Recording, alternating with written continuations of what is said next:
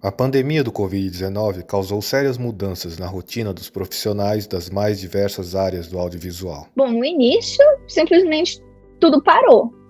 Ninguém sabia o que fazer, para onde ir, com quem falar, se podia se ficar junto ou não. Os clientes corretamente estavam assim, vamos parar, vamos ver o que está rolando.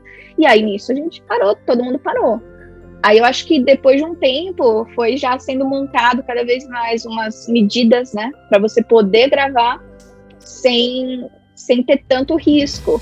E aí foi isso que agora, tipo, eu senti. Agora os trabalhos ficam um pouco mais caros na parte de produção por causa disso. Você tem que ter aqui é Covid Compliance Officer, que é uma pessoa específica para ver se as medidas do Covid estão sendo levadas a sério no set. Você tem que ter máscaras disponíveis, você tem que ter álcool gel. E, honestamente, várias medidas deveriam ser mantidas sempre, né? Ter um álcool gel no set deveria ter sempre, para a pessoa poder sempre lavar a mão, sabe? É até uma boa ideia, vamos manter. Mas foi bem isso, no início tudo parou, e depois foram adicionadas, e agora ainda estão adicionadas várias medidas que são meio incômodas, não vou dizer que não é.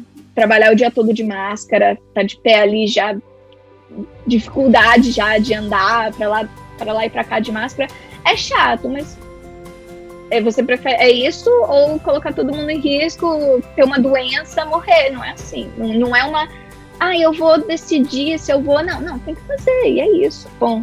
Virou minha vida de cabeça para baixo. Foi muito louco, porque no navio não tinha folga, né? Eu trabalhava de segunda a segunda e cantava todo dia, eu tinha uma rotina e tava trabalhando pra caramba, tava super feliz. E aí eu cheguei no Brasil no dia 16 de março e cheguei junto com o lockdown de São Paulo. Então já não podia fazer mais nada e eu nem queria, porque quando eu cheguei no Brasil eu entendi que era muito sério a questão. Claro, quando eu saí de lá eu já tinha imaginado que era uma coisa muito séria, mas aqui eu tava com muito medo dos meus pais, porque eu não queria que eles pegassem de jeito nenhum, assim, por questões de comorbidade, esse tipo de coisa. Eu tava com muito medo. Então eu falei, cara, lockdown já era, mas eu achei que ia ser uns 3 meses, assim, sabe, de lockdown, aquela coisa assim. Tem que ter um pouco de esperança e daqui a pouco já vai estar tudo certo, total, estamos aí, quase 2 anos. Mas tudo bem. E então, quando eu cheguei, eu fiquei parada mesmo. Fiquei vendo filme, lendo livro e escrevendo. E aí, na época, eu comecei a produzir muito vídeo para a internet. A minha primeira gravação durante a pandemia foi quando a pandemia estava no auge. Foi em maio. Em maio, estava assim, estourando, assim, logo que estourou a primeira vez a pandemia. E foi um comercial para L'Oréal. Eu tive que tonalizar o meu cabelo de escuro. Normalmente, uma equipe de cinema, né, quando a gente vai gravar um comercial assim, tem pelo menos umas 30 pessoas lá dentro. Né? Tem contra-regra, tem pessoal de fotografia, pessoal da arte, pessoal do figurino, pessoal disso, pessoal daquilo, nananana. Tinha eu, o diretor e uma produtora. Só. E a gente fez o comercial. Eu pintei o meu cabelo, eu fiz a minha maquiagem, eu levei o meu figurino, e a gente se virou nos 30 para fazer tudo isso acontecer e deu certo. Depois começaram a criar os protocolos, que é hoje em dia o que a gente trabalha, né? Hoje em dia tudo tem protocolo, todo mundo tem que fazer o PCR antes, dar negativo e tal. Aí a gente, todo mundo trabalha com máscara, só o ator tira na hora de fazer a cena, etc, etc. E é assim que a gente tem trabalhado até hoje. Em março lá de 2020, foi bem assustador, assim, porque foi para todo mundo, né? A gente ficou alguns meses sem conseguir trabalhar, até ninguém estava entendendo como é que tinha que fazer, como é que, não só o nosso segmento, né, obviamente todos, mas para a gente foi muito complicado, porque a gente perdeu muito contrato, estava todo mundo assustado, contratos mensais, né, coisas que seguravam a produtora. Foi bem difícil. A gente passou alguns meses sem conseguir fechar nada. A gente pensou até em trocar de área. Só perdendo, na verdade, só perdendo cliente. Então, até todo mundo acostumar, entender o momento, demorou um pouquinho, foi um pouco custoso. Os três primeiros meses foram terríveis, assim, pra gente. A gente ficou muito assustado. Foi bem punk. Nós perdemos 3 grandes clientes que eram mensais, assim, com a gente. E não vinha pedido de orçamento de lugar nenhum, assim, sabe? A gente abriu o e-mail todo dia, nada, o celular não tocava. Foi bem até a gente... bem desesperador. Até a gente começar a pensar, tipo, vamos entender o que está acontecendo, né? A gente chegou a criar algumas coisas para poder fazer girar, que foi começar a fazer gravação à distância, né? De produtos que chegavam por delivery. A gente começou a fazer umas mentorias para ajudar o pessoal a gravar vídeo sozinho em casa, até começar a ter esse movimento, que demorou aí uns 2 meses, né? Foi bem custoso, assim, a gente tava com a cabeça... Mas aí depois as coisas voltaram a melhorar, e aí foi numa crescente até o final do ano. A gente terminou o ano bem, assim. Bem. E aí, janeiro também tava tudo ok, quando bateu fevereiro, começou de novo, porque as mortes começaram a aumentar, daí março de novo lockdown, quer dizer, não foi o lockdown, mas as medidas ficaram bem mais restritas, enfim, e aí a gente entrou de home office e a gente não saiu mais, né? Então a gente está até agora realmente com medo, a gente está se cuidando bastante.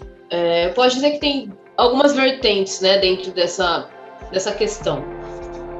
A gente está acostumado a ir para o set de gravação, encontrar os parceiros do audiovisual, na hora da pausa, né, do cafezinho, todo mundo troca, conversa sobre o que está sendo gravado para entender, para ver qual é que tá, a sintonia também. Então, essa questão mudou muito, né?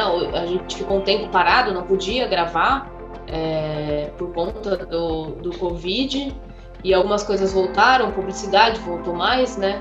Só que todo mundo vai na hora do lanche, cada um na sua cadeira, né? Fechado assim, parece aquelas alas de call center. Você não conversa com seu amigo, cada um para comer num horário, você não troca, então o cara da fotografia não fala com o cara do som, não fala com a produção, sendo que esse momento é o momento que a gente troca para ver se está tudo certo. Então acho que isso foi bem difícil. Difícil também foi ficar um tempo parado, sem poder trabalhar, principalmente para as pessoas, né, que têm só a renda do freelance, tem só essa renda de ir pro set, né, produtores, essas coisas.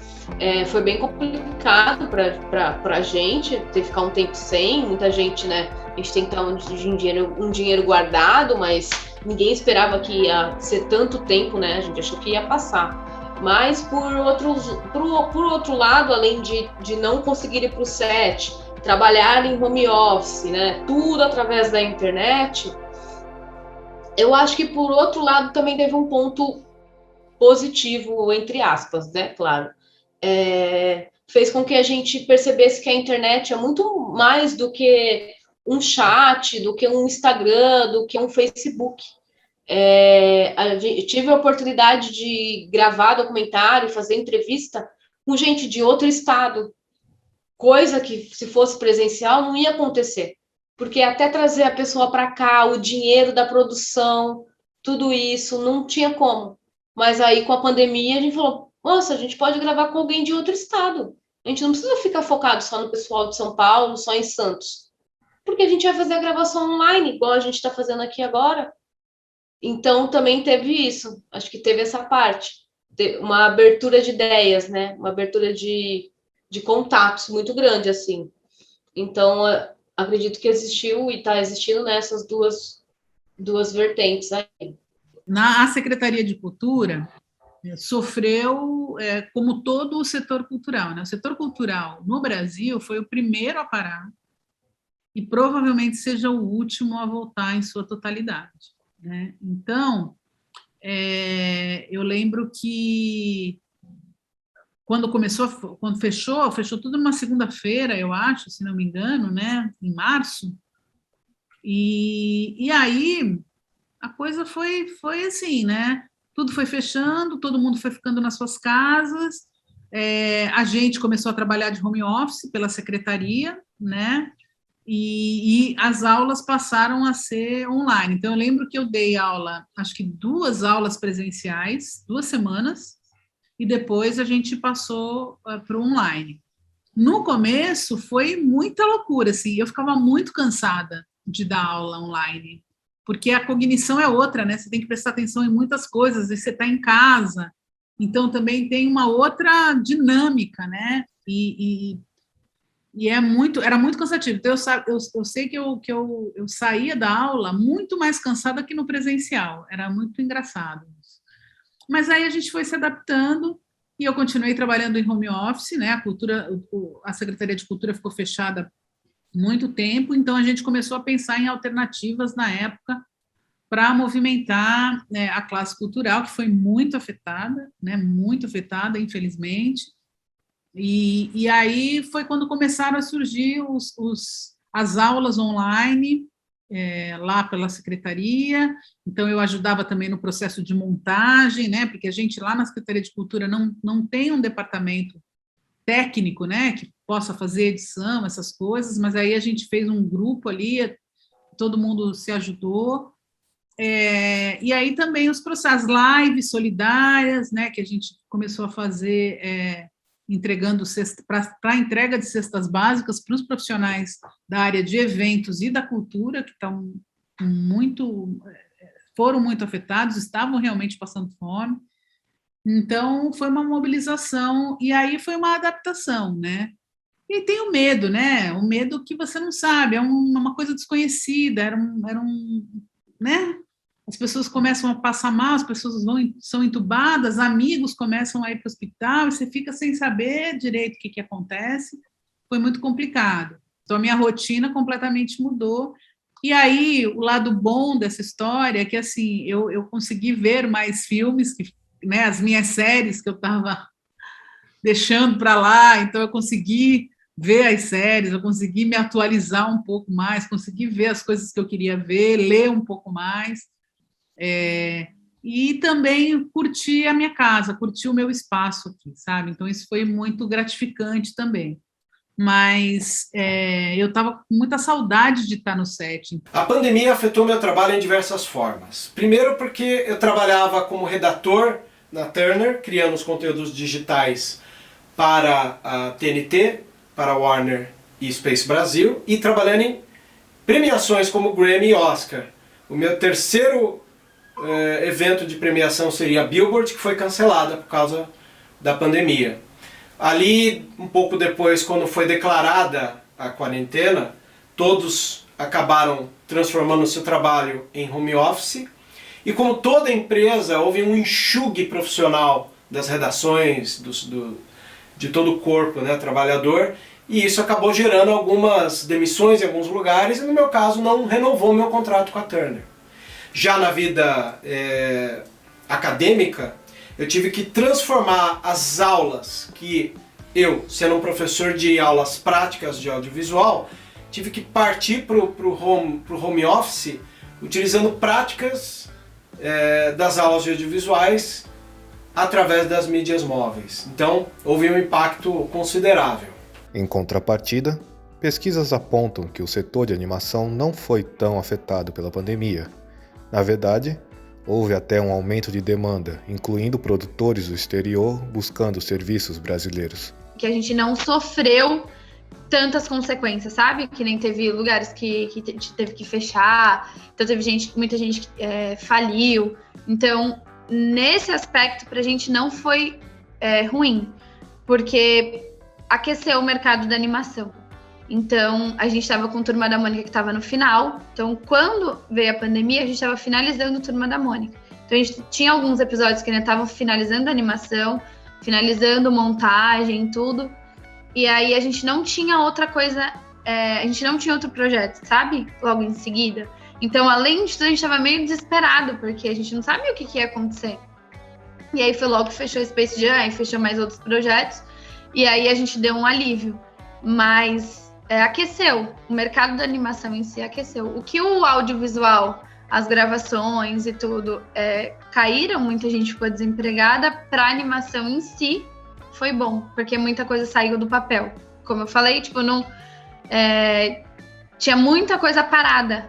Então, por causa de que não tem, a animação você consegue fazer à distância, a animação você consegue fazer com freela. Então, aí, nesse sentido, deu uma aquecida.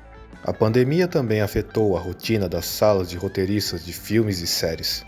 Antigamente, eu ia sempre para o escritório para a gente fazer reunião de brainstorming, para escrever textos ou de desenvolvimento de Bíblia, que a gente chama, que é o projeto de vendas de uma ideia de série, ou para realmente debater quando eu estava numa sala de roteiro de um projeto já comprado por um canal. A gente ia com todos os roteiristas numa mesma sala para fazer a sala de roteiro e ficar debatendo o dia inteiro quais iam ser os arcos de personagem, quais iam ser os arcos da série e tudo mais. Então é uma coisa muito física de você ter que estar presencialmente no lugar. E São Paulo, né? Eu moro na Vila Mariana, tudo fica na Zona Oeste, então eu levava 1 hora e meia para chegar lá. Às vezes 2 horas se era na Vila Leopoldina, então o transporte público era uma coisa muito, muito comum na minha vida, né? Assim como para todo mundo que trabalha e tal. E depois da pandemia, tudo virou home office. Então, hoje em dia, eu tenho muito mais tempo para mim, assim, porque eu não passo 4 horas do meu dia no transporte público, né? Infelizmente, a pandemia possibilitou que eu tivesse mais tempo para me dedicar a mais coisas. E, por exemplo, agora eu estou num projeto que o meu chefe de sala, ele é do Rio de Janeiro, a nossa assistente é de João Pessoa, e isso nunca ia ser possível se não fosse um ambiente de trabalho online, uma coisa que agora normalizou o trabalho online, né? Então, possibilita para a gente conseguir trabalhar com pessoas de diferentes lugares. Senão eu nunca ia trabalhar com ele, a menos que eu morasse no Rio de Janeiro, me mudasse para lá. Mas aí eles nem me contratariam, porque eles iam preferir um roteirista que já morasse lá. Mas como está a situação das medidas de segurança em cinemas de outros países? A primeira onda, quando teve aqui, que fechou tudo, né? Foi fechado o quê? Em março, aí como a Estônia começou a ter um março lá de 2020, né? Então, quando começou a melhorar, em junho, começou a abrir, porque o Tenet do Nolan foi basicamente gravado quase inteiro aqui. Tem partes que são feitas em Tallinn, tem partes que foram gravadas aqui, mas se passam em outro país, né? Então, eles reabriram o cinema, eu não me lembro se foi em junho ou julho agora, mas foi para a estreia do Tenet, para ser a grande estreia, a grande abertura dos cinemas. Só que quando abriu aqui, teve aquela restrição de lugares, então era 50% da sala, e era sempre 2 metros de distância das poltronas, né? E tinha que se usar máscara, era obrigatório, mas era muito bizarro, porque ao mesmo tempo que tinha que usar máscara, você podia entrar com comida. Aí como que as pessoas tiravam a máscara para comer e ficavam sem máscara o filme inteiro. Então, isso eu achava meio estranho. Então, a primeira vez quando eu voltei pro cinema, eu também já não sou muita pessoa que vai todo filme comer pipoca uma vez ou outra. Então, a primeira vez eu ia de máscara e não levava nenhum tipo de alimentos, né? Não consumia nada no cinema, porque eu achava muito estranho. Mas teve essa restrição. Depois, quando o Covid começou a ficar um pouco mais de boa, porque eu lembro que a Estônia, em junho do ano passado, ela chegou a ter nenhum caso por 2 semanas, aí depois voltou o caos. Então, quando começou a ficar bem melhor a situação aqui, aí acabaram as restrições. Eles tiveram, era 100% da ocupação da sala, não tinha mais a questão de você ter aquele distanciamento nas cadeiras e não era obrigatório o uso de máscara.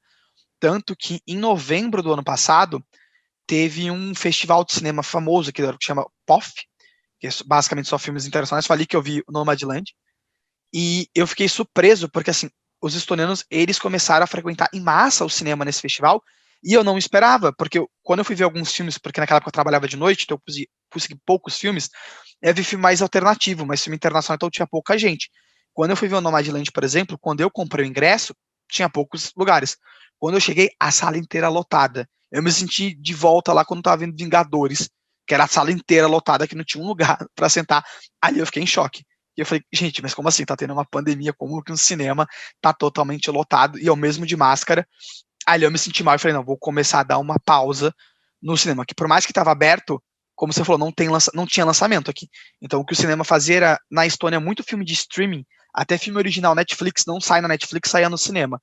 Então esses filmes eu ia ver, mas era aquilo, de vez, eu sempre ia uma vez por semana, 2, 3 vezes por semana, eu tava indo 1, 2 vezes por mês, porque não tinha muito o que assistir, né? Aí depois vem a segunda onda e foi a mesma coisa, eles fecharam tudo de novo, aí abriram, agora que eles abriram novamente, tá com essa mesma questão, de você ter a restrição de 50% da sala, e no começo só, né? E tem a questão do distanciamento. Semana passada eu fui, já não tem mais distanciamento das cadeiras, não. Já tá tudo ali, você pode ocupar 100% e como é, mas basicamente é assim que tá sendo o flow. Mas você pode comer normalmente. Agora, atualmente, não tá tendo mais a restrição de 50% e nem de 2 metros. E também agora, o que eu acho errado, não é mandatório usar máscara, é sugerido. Então, quando você vai, o cinema te providencia máscara, tem máscara em tudo que é lugar de cinema pra você pegar, mas infelizmente eu sou o único que fica usando a máscara no cinema. Mas basicamente é isso. Os nossos convidados admitem que assistir filmes no conforto da casa também tem as suas desvantagens. O nível de imersão do cinema é completamente diferente do nível de imersão em casa. Ainda que eu consiga, por exemplo, na minha casa, eu fechar a cortina, desligar o telefone, apagar a luz, ter uma TV com uma tela maior, mesmo assim, o nível de imersão, de estar dentro daquilo, de sair para ir no cinema, de comprar ingresso, de ficar na fila, tudo isso você vai contando com te tirar do mundo e te colocar num outro, né? Isso você não tem em casa e é muito complicado. Então, eu acho que uma coisa que o profissional de crítica, né, principalmente, vai desenvolvendo aos poucos, essa ideia de conseguir construir um pouco mais dessa imersão. Não necessariamente construir a imersão inteira, mas construir um pouquinho mais dela. E eu acho que isso, nessa hora, é válido. Assim, talvez até se você um filme que você sabe que não tem uma complexidade estética maior, talvez você consiga ver no computador, com fone, mais pertinho. Talvez um filme muito maior, você precisa ver numa televisão maior para você entender a grandiosidade de certas coisas. Então você vai se adaptando para isso, né? A função do crítico agora também virou um pouco da parte de tentar cavar por aí, voltando em Indiana Jones, né? Tentar cavar por aí e mostrar para as pessoas: esse filme é legal, esse filme não é legal, esse filme é bom, esse filme você vai gostar por causa disso, tal. Então tem o crítico voltou a ter um pouco dessa função, que era uma função que ele já tinha em 1950, 60, onde você tinha um espaço geográfico mais difícil dos filmes lançarem todos ao mesmo tempo. Então eu acho que o crítico volta um pouco nessa ideia de mostrar, de caçar os filmes, né, para o público, para cada público. Então você acaba tendo que desenvolver essa imersão forçada para que aquilo funcione, para que aquilo continue funcionando, né? Enfim, então acho que é complicado, mas eu não acho que seja nada que prejudique tanto para o profissional. Já para o espectador comum, já para o espectador normal, eu acho que prejudica bastante. Assim, a menor imersão, né? A menor imersão, eu acho que é um negócio que vai fazer muito filme muito bom, muito filme muito interessante ser meio que esquecido justamente porque não foi visto no cinema, porque a experiência é outra, e o espectador comum às vezes não está acostumado com com produzir essa imersão, e às vezes ele senta no sofá, e em casa ele vai sentar no sofá, mexer no celular, fazer carinho no cachorro, e no cinema ele não tem isso. Então eu acho que isso vai prejudicar um pouco alguns grandes filmes que foram lançados nos últimos 2020, 2021, que vão ser prejudicados justamente por isso, por não estarem no cinema. E a saudade dos cinemas permanece depois de todo esse tempo? Tá todo mundo sentindo falta, né? Eu sinto falta. Eu sinto. De sair pro cinema. Acho legal. Eu sinto falta. Nada vai se comparar a você entrar numa sala, tudo escuro, aquela magia do cinema. Eu adorava o Posto 4 em Santos, né? Você deve conhecer. Que sempre passa filme de arte, filmes mais diferenciados. É bem bacana. E eu assisti mais séries, óbvio, né, na pandemia, pelo computador, em casa, e descobri muita coisa boa, muitas séries bacanas, foi bem produtivo, assim, em relação a esse conteúdo, né, que foi gerado por conta da pandemia, de você ter acesso a séries, a filmes de uma forma mais tranquila, né, tem muita plataforma hoje em dia, stream bacana. Tem filme que tem que ser no cinema, né? Não tem como. Tem que ser em tela grande, tem que... Nossa, tem muito filme que é assim e o som, querendo ou não, é muito diferente. Eu, tipo, por gostar muito dessa parte, eu fico, meu Deus, imagina isso no cinema, sabe? Assistindo O Som do Silêncio, que ganhou o Oscar de melhor edição de som, eu ficava, gente, imagina a gente assistindo esse filme num cineminha, aquilo ia ser muito maior, tipo, o silêncio ia ser muito maior, é uma coisa que faz muita diferença.